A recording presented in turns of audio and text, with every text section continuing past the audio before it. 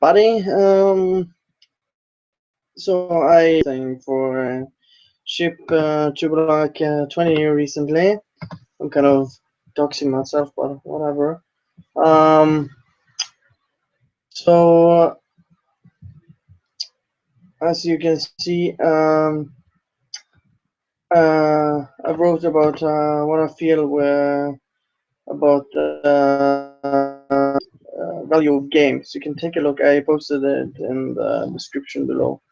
Um, so we have seen that at least perhaps the last decade that games have no longer they no longer have the 60 or full price tag when they get released, which means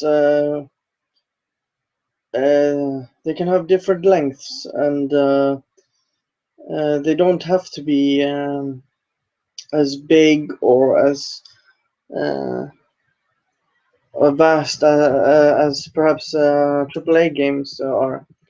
Um, what I mean about this is you can have I mentioned down below games like Valiant Hearts, Telltale games with like Wolf Among Us, Walking Dead, and other games, where even the Swapper or Guacamelee, or yeah, you can that are more self-contained, shorter, tight, but they have a deeper experience. There's not a lot of filler, and yeah, and you get more value for what you get instead of just playing a single player that's let's say 20 hours long, and 15 of those are just filler, and not they don't bring a whole lot of meaning and uh, or yeah, just context in them. Just having hours because people want to have uh, something to play instead of yeah, you know what I mean.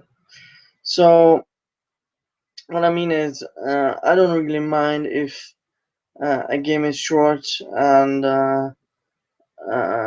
those few hours are easy to play, fun to play, and one can even play it again.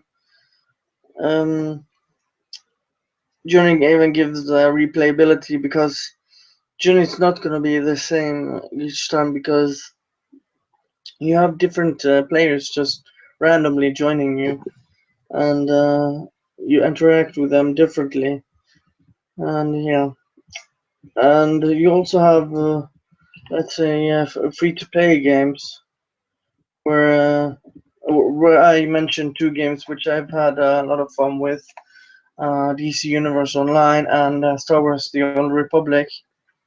Um, where in Star Wars: The Old Republic you don't even need to play real multiplayer. To be honest, you can just play all of the characters in a single player and online, of course, and just have what I think is a great experience because all of the stories I played at least were really good. DC Universe Online also has great storytelling, but focuses more on the gameplay. But the gameplay is so well, and it's also different because you can play in lots of different ways. And yeah, um, a game shouldn't be valued how long it is, but how well contained and good it feels when you actually play it.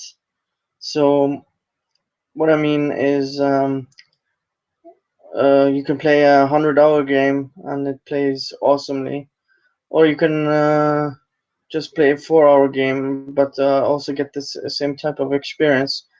I don't want to. However, I don't want to play just 4 hours or 4 to 6 hours in a single player for a game that's full price, because I pay double or twice what Americans do for their games.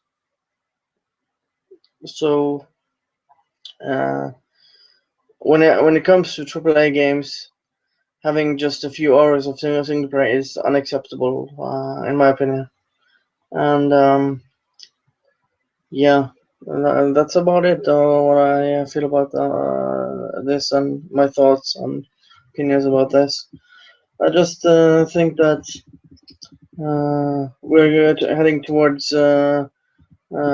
games where you can just play good games and they don't have to be too long. I mean, even before Setzler stopped making sense and lost his goddamn mind, he actually made some valid points, because bigger isn't always better.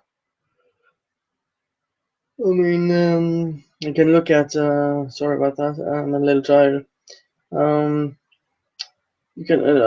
There were a lot of disappointments last year, so don't always expect that the biggest games are the best and the longest. If you get 200 hours of gameplay, it's not always going to be excellent all the way. So yeah, and that's what I think of it. Yeah, leave comments if you want, and as always, want to thank everyone for watching. See you later.